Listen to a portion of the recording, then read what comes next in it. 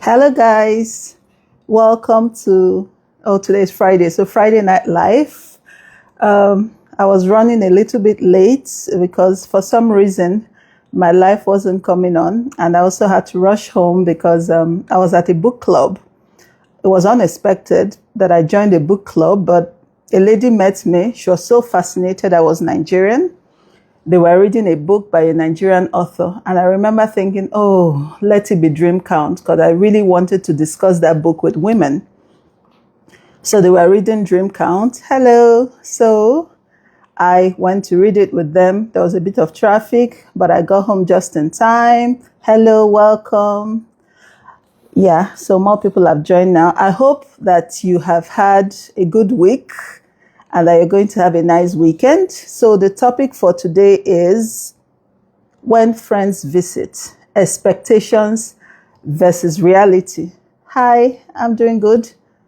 So basically, this topic is very close to my heart. As you know, most of the topics I choose for these live discussions are close to my heart. So today's topic is about not the guests that you invite to come and visit you. I'm talking of people who are coming to your city, like especially if you live in a big city, people who live in Lagos, Dubai, Doha, London, and this kind of places, you will understand what I'm saying. There's always someone crossing from one place to the other. Some people want to stay in your home. Some just want to catch a coffee with you. Some people want you to tour the city with them, like do everything with them. Sometimes you're like the main host. Sometimes they're just using your house to host other people.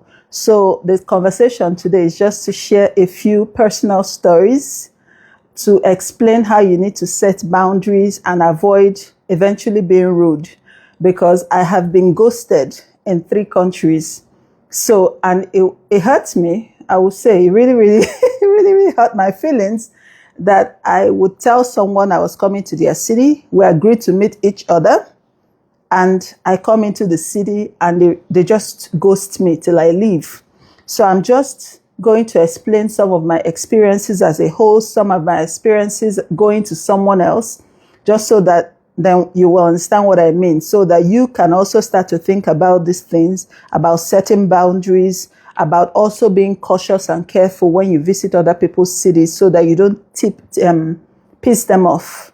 So that's what we're talking about today. Hi, hello. So, as you might know, I have lived in 7 countries. So, and some of the biggest cities I've lived in were Dubai, where I was almost always going to safari, always going to Burj Khalifa or the Dubai Mall Aquarium, because each time someone comes, I have to follow them. I live in Doha now, but my life is significantly busier. So you have to really explain to me what you're in town for and what you would like to do.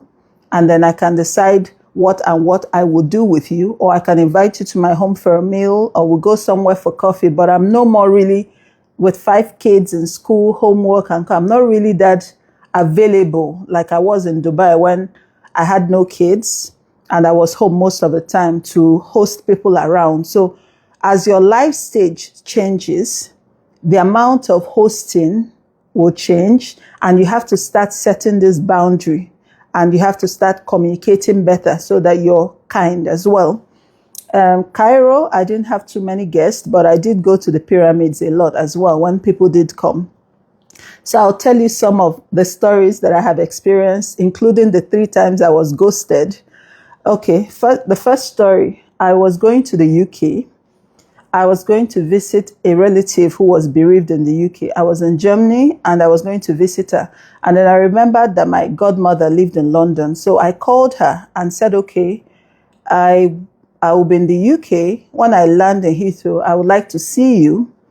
And she asked me a lot of questions. Like, I learned a lot from that trip, because she said to me, what exactly are you in the UK for? How many days are you in London? How long do you want to stay in my house? Like, she was very specific. So I had to explain to her, I will arrive, I will visit you. Then the next day I catch a train and go visit my cousin for a week. And then I'll come back to London and fly out. And she was satisfied with my answer. So she gave me her address.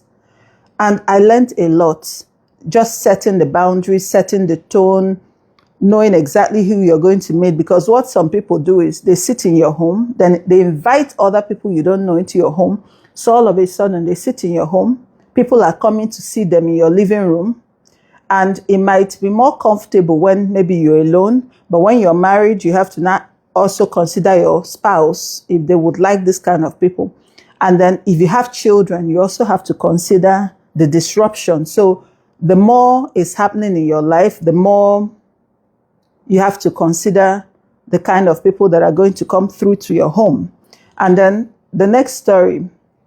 So I was going to this country. A whole month ahead, I told my friend, I have a 2-week training in the country that you live in, not in your city, but I will land in your city. So I can see you the day I arrive and then go on to the city I'm going to. Or midweek, because we don't have courses in the weekend, I can come to you in the weekend or the last week on my way out of the country. She agreed.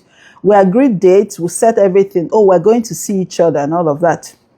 I bought my flight. So even the day before the flight, I told her, gave her my whole schedule.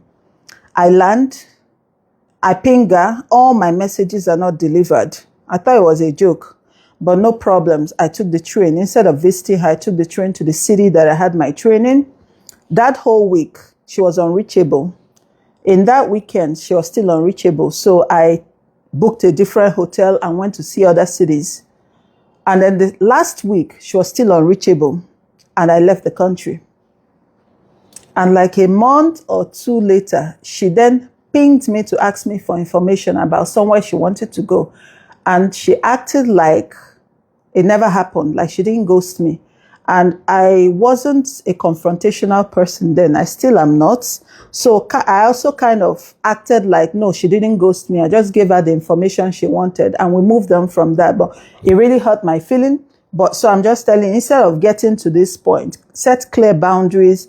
If you don't want to see somebody, just tell them you're not available or something. Hold on 1 minute. It looks like something is going on. Hold on.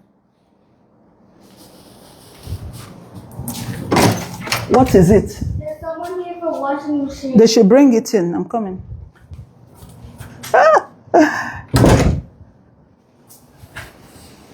Hello. Okay, sorry. My live is going to be disrupted because the washing machine guys that I've been waiting for just came back. So I'm going to come back in a few minutes. See you.